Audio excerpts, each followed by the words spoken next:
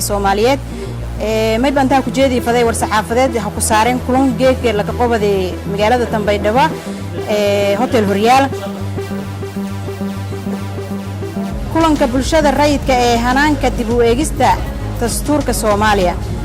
oo lagu qabtay magaalada Baydhabo 30 Maars 2018 ururada bulshada rayidka ah ee dawlad goboleedka Koonfur Galbeed Soomaaliya oo kulan ku yeeshay magaalada Baydhabo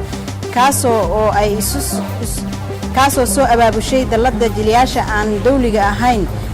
ee koonfurta iyo bartamaha Soomaaliya Soshansa ayaa ahaa kulan aragti isweydaarsi ah kaasi oo loogu lafagurayay hanaanka dib u eegista dastuurka Soomaaliya waxaana kulankaas ka soo qayb galay qaybaha kala duwan ee ururada bulshada rayidka ah sida culumaa u diinka ururada haweenka dhalinyarada odayaasha dhaqanka warbaahinta iyo jaamacadaha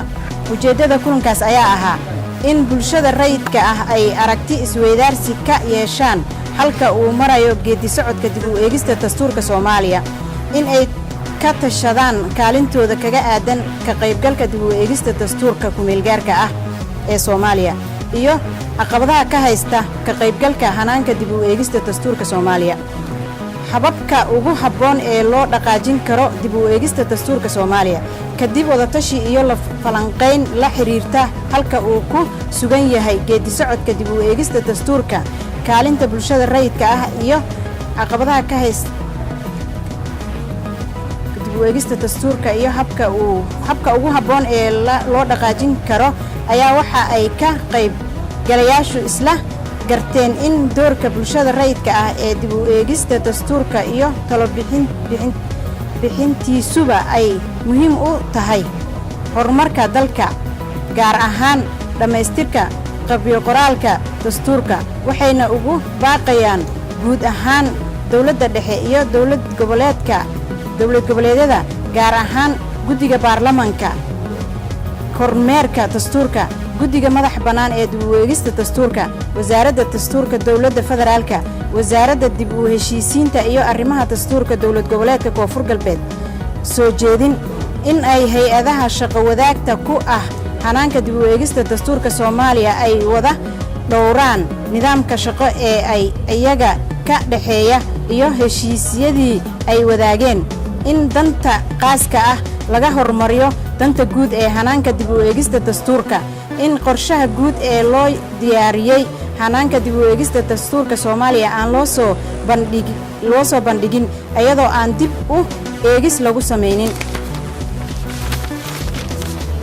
in la abuuro guddi korjoogto ka noqda dib u eegista dastuurka oo ay bulshada rayidka ku leeyihiin xubno muhiim ah in la helo khubaro Soomaaliyeed oo la shaqeeya guddiga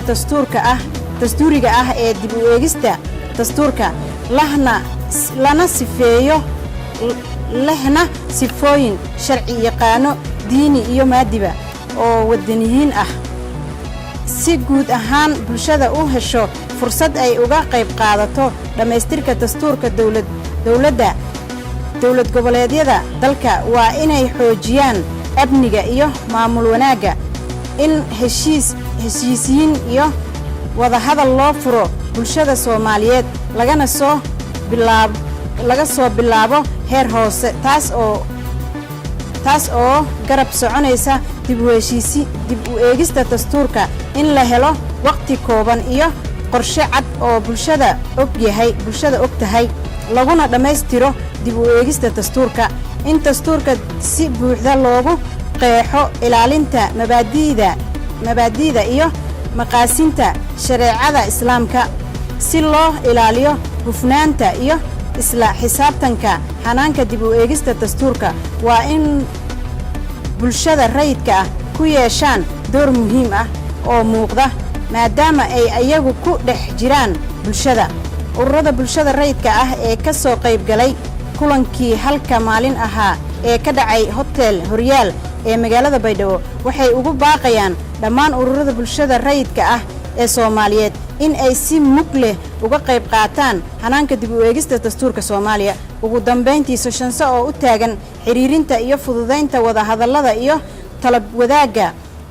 arrimaha muhiimka u ah bulshada waxay u mahad celinaysaa